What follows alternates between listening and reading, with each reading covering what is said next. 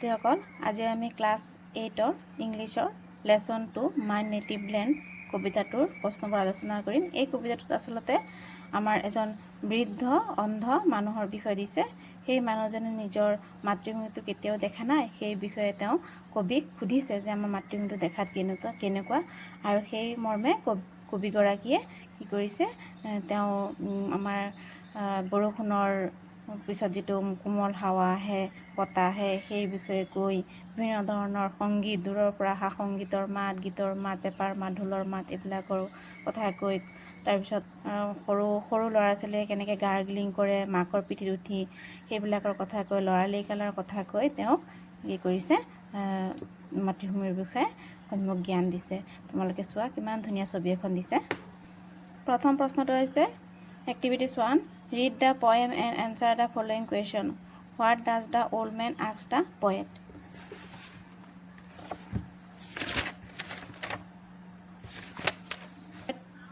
What does the old man ask the poet? Old man বৃদ্ধ মানুহজনে কবিজনক কি সুধিছিল? The old man asked the poet what his native land is like.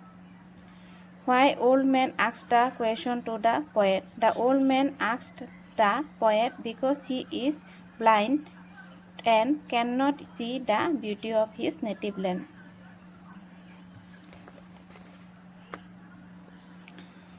How does the poet address the old man? What does that form of address mean? The poet addressed the old man as Koka. The word Koka is an Assamese word which means grandfather. Why does the poet ask the old man to breathe deep? The poet asks the old man to breathe deep to feel the fresh air of the native land. Next, number question, with what does the poet compare the cool breeze on the old man's face? The poet compares the cool breeze on the old man's face to the breath of his native land. Question number F, with what does the poet compare the contented gargling of the little baby? The poet compares the contented gargling of the little baby to the soil of his native land. What does the chorus of Kako and the sparrows do? Kako আৰু sparrow sparrow chorus যে গাইছিলে সেই বিষয়ে সুধিছে। The chorus of the Kako and sparrow shapes the native land of the old man. Next, question number 2, a brief summary of each of the stanza of the poem has been given below. Match the stanza which the given summaries mention the stanza number alongside the correct summary. গতিকে A B C D E কে এনেকৈ summary দি দিছে প্ৰত্যেকটো ষ্টেঞ্জাৰে। আমাৰ কবিতাটো 6টা stanza আছে আৰু তাৰে প্ৰতিটো ষ্টেঞ্জাৰে summary দি দিছে আৰু কোনটো summary কোনটোৰ লগত মিলে সেই নাম্বাৰবিলাক লিখিলেই হ'ল। যেনেকৈ my native land makes me feel as safe and secure as a baby cried on a mother's back. এইটো 4 নম্বৰ ষ্টেঞ্জাৰ সাৰাংশ দিছে। The spirit of my native land can be understood in terms of its unity in diversity, like different family members who have similarities and differences yet belong to the same family and have the same home in our native land. Our family members practice different religious and traditions. It is 6 number stanza লগত মিলিব। The lonely blind old man in the street asked me to describe our native land. এটো 1 number stanza লগত মিলিব। Our native land is rich in its gift of nature and is brought of life by the birds and animals that playfully roam its rich green forest. 5 number stanza. The touch of our native land is as peaceful as the cool fresh breeze blowing after a night of thunder and rain. 3 number stanza. Number 3, note that the poem is a series of information to a blind man on what land is like. The girl provides the information by making use of the senses that are very strong in blind person. These senses are মানে অন্ধ মানুহে কেনেকৈ মানে পৰিৱেশৰ বিষয়ে সম্যক জ্ঞান লাভ কৰে, তেওঁলোকে টাচৰ সহায়ত লয়, মানে চুই পেলাই ল'ব পাৰে, অনুভৱ কৰি। হিয়াৰিং মানে শুনি পেলাই, স্মেল আৰু গোন্ধৰ সহায়ত তেওঁলোকে জ্ঞান লাভ কৰিব পাৰে। Find out the examples that the poet uses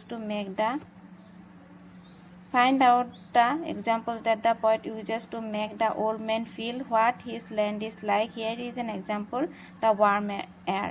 মানে কবিজনে কেনেকৈ মানে ফিল কৰিব পাৰে নিজৰ মাতৃভূমিৰ বিষয়ে ৱাৰ্ম এয়াৰ গৰম বতাহৰ সহায়ত অনুভৱ কৰিব পাৰে যে গৰম বতাহ বহিছে বা গৰম 2 number find out the examples that the poet used to make the old man hear the sounds or understand what is land is like কেনেধৰণৰ তেওঁ শব্দ শুনিব পাৰে শুনি পেলাই জ্ঞান লাভ কৰিব পাৰে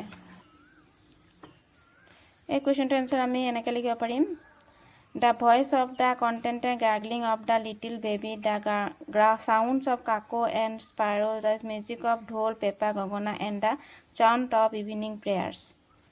Find out the examples that the poet uses to make the old man smell what his land is like. কেনেধৰণৰ তেওঁ ঘ্ৰাণ ল'ব পাৰে বা গোন্ধ ল'ব পাৰে নিজৰ মাতৃভূমিৰ বিষয়ে দিছে the examples that the poet uses to make the old man smell what his land is like is aroma of pitha and laru.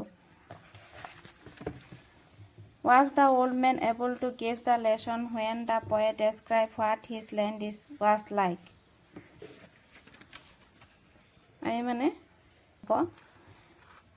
Yes, the old man may guess the rainy and spring season. For here are some words from the poem. Match the words in column A and with their meaning in column B. Column A লগত column B to মিলিব দিছে A B দিছে thunder to the loud explosive sound that follows lightning in the cloud. Mourn to হ'ব morning. Content to হ'ব satisfied. Gargling to হ'ব the happy sound made by babies. Chorus singing or speaking at the same time. Aroma strong pleasant smell. Sturdy strong and firm. It is a past number A.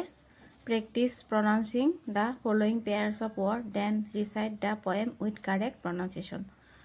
ইয়াত pronunciation বিলাক শুদ্ধকৈ তোমালোকক পঢ়িব দিছে তোমালোকে পঢ়িবলৈ চেষ্টা কৰিবা Here are a few more sentences for practice. Practice saying this sentence after your teacher. তোমালোকে এইবিলাক পঢ়িবলৈ দিছে মানে এইবিলাকে পঢ়িবলৈ চেষ্টা কৰিব দিছে শুদ্ধকৈ পঢ়িবলৈ চেষ্টা কৰিব দিছে 6 number In the poem, you will find the poet referring to 3 musical instruments that are used in the Husori program of Bihu বিহুৰ যেটো হুঁচৰি গোৱা হয় হুঁচৰি সময়ত আমি বিভিন্ন বাদ্যযন্ত্ৰ ব্যৱহাৰ কৰোঁ তাৰ পিছত ঢোল দিছে পেপা দিছে গগনা দিছে ঢোল a drum made especially for the bihu festival and hence called the bihu dhol or bihu drum Pepa, a type of pipe made out of buffalo horn played during হুঁচৰি যদি তোমালোকে দেখিছে পেপা তোমালোকে চিনি পোৱাই গতিকে ইয়াৰ বিষয়ে দিছে এটা লাইন গগনা a type of stringed musical instrument belonging to the harp family There are many more musical instruments used in Husori performance. Find more about them and write down the words naming the instruments and their meaning. Draw their diagram as shown above and write a small paragraph of about 6 lines on the musical instruments that are used in the Bihu festival. The Bihu festivalৰ সময়ত আমি কি কি বাদ্যযন্ত্ৰ ব্যৱহাৰ কৰোঁ সেইবোৰৰ বিষয়ে আৰু বেলেগ কি কি আছে সেইবিলাকৰ বিষয়ে তোমালোকক কালেকশন কৰিব দিছে নামবিলাক আৰু সেইবিলাকৰ বিষয়ে পাঁচটাকৈ লাইন লিখিব দিছে 7 number write a letter to your friend inviting him her to your house during the Rongali Bihu holiday include in your letter what special food item will be made what ritual will be followed and so on গতিকে তোমালোকক এখন letter লিখিব দিছে নিজৰ বন্ধুলৈ ৰঙালী বিহুৰ जो holiday আছে বন্ধ আছে সেই বন্ধ নিমন্ত্ৰণ জনাই এখন চিঠি লিখিব দিছে নিজৰ বন্ধু বা বান্ধৱীলৈ সেইটো আমি এনেদৰে লিখিব পাৰিম my dear Reena house number 12 Morigaon Assam 29 May 2026 I invite you to my house during Rongali Bihu holidays we will prepare pitha laru curd and chida we will wear new clothes take blessing from elders and enjoy Bihu dance and songs together. I am sure you will enjoy the celebration very much. Please come to my house and spend the holidays with us. To Rina Das Dibrugarh with love Rita. এতিয়া 8 নম্বৰত দিছে your teacher will read aloud a passage about an American tourist. Listen to it carefully. As you listen, fill in the gaps in the passage below. এইটো প্ৰেগ্ৰাফটো আমি পঢ়িবলৈ পাম একেবাৰে শেষত আছে lesson 2 activity 8A1. I meet the American tourist Jim Gordon at the Park Hotel in Kolkata. We introduced ourselves. He was delighted to know that I was from Assam and owned a travel agency named Garuda Travels. Jim had heard of Kaziranga and its world famous one-horned rhinoceros. I met the American tourist Jim Gordon at the Park Hotel in Kolkata. We introduced ourselves. He was delighted to know that I was from Assam and owned a travel agency named Garuda Travels. Jim had heard of Kaziranga and its world famous one-horned rhinoceros. He was keen to visit it. He also wanted to visit the largest river island in the world, Majuli. Jim asked me what other places he should visit in Assam. I told him there were places of historical interest, wildlife sanctuaries, tourist spots, and tea plantations that he could visit.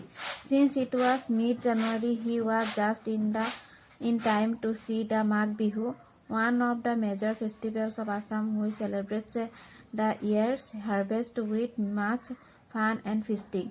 It was also the time when the Junbil Mela, a 3-day community fair held by the indigenous Tiwa community, was held in Doyang, Belguri at Junbil, Morigao. গতিকে তোমালোকে এইটো paragraph দুবাৰ তিনিবাৰ পঢ়িলে তোমালোকে বুজিবা আৰু ইয়াৰ পৰাই আমি কোৱেশ্চন আনসাৰবিলাক কৰিব লাগিব দা ইয়াত জোনবিল হ'ব মেলা is a 3 days community fair held by the Tiwa community in Doyang at Junbil in Morigao district over the weekend of the Magh Bihu. It is a fair in Morigao, Assam, organized by the Tiwa community. The American tourist Jim Gordon was delighted to know about Assam. He had heard of Kaziranga and the rhinoceros. He wanted to visit the river's island, Majuli. He was in time to celebrate Magh Bihu. এতিয়া আহিছে answer the question below by recalling the information from the passage read out by your teacher. তোমাৰ টিচাৰে যে পঢ়ি দিছে পেছেজটো সেই পেছেজটোৰ ওপৰত প্ৰশ্নবিলাক দিছে আৰু সেইবিলাকৰ ওপৰত প্ৰশ্নবোৰ তোমালোকে কৰিব লাগে 8 number 8(2)A. What was the name of the American tourist? Jim Gordon was the name of the American tourist.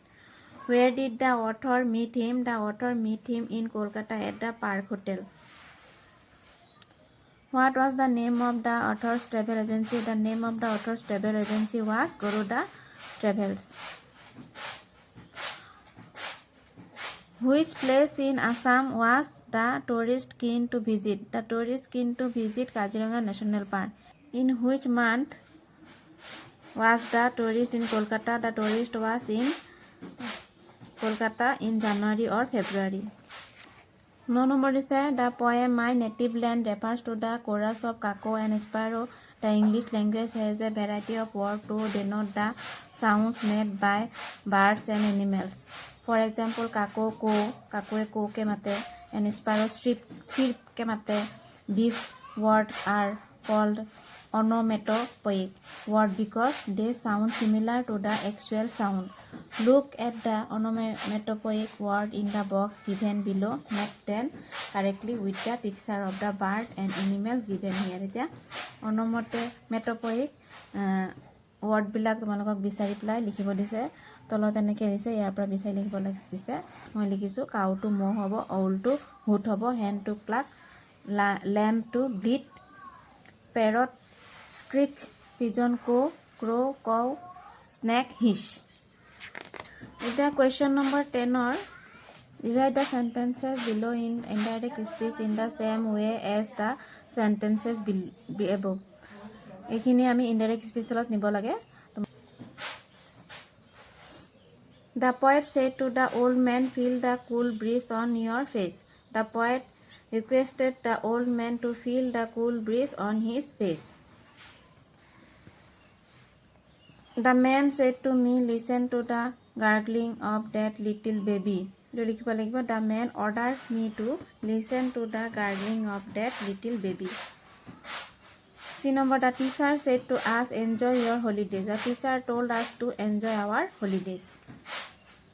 She said to me, tell me your mobile phone number. She requested me to tell her my mobile phone number. Number to মই দিয়া নাই, তোমালোকে লিখি ল'বা। My mother tells me always obey your teacher. My mother advised me to obey my teachers always. I said to him, come to our house tomorrow. I told him to come to our home the next day. Tomorrow hole the next day hobo. She said to me, get me a glass of water, please. She requested me to get her a glass of water, please. The man said to me, please close the gate. The man requested me to close the gate. গতিকে ছাত্ৰ-ছাত্ৰীসকল এইখিনি তোমালোকে পিছৰখিনি নিজে পঢ়িবা। ইয়াত cake বেকিঙৰ এটা হেৰি দিছে, চাই তোমালোকে কেক বনাবও পাৰিবা, তোমালোকে পঢ়িবা।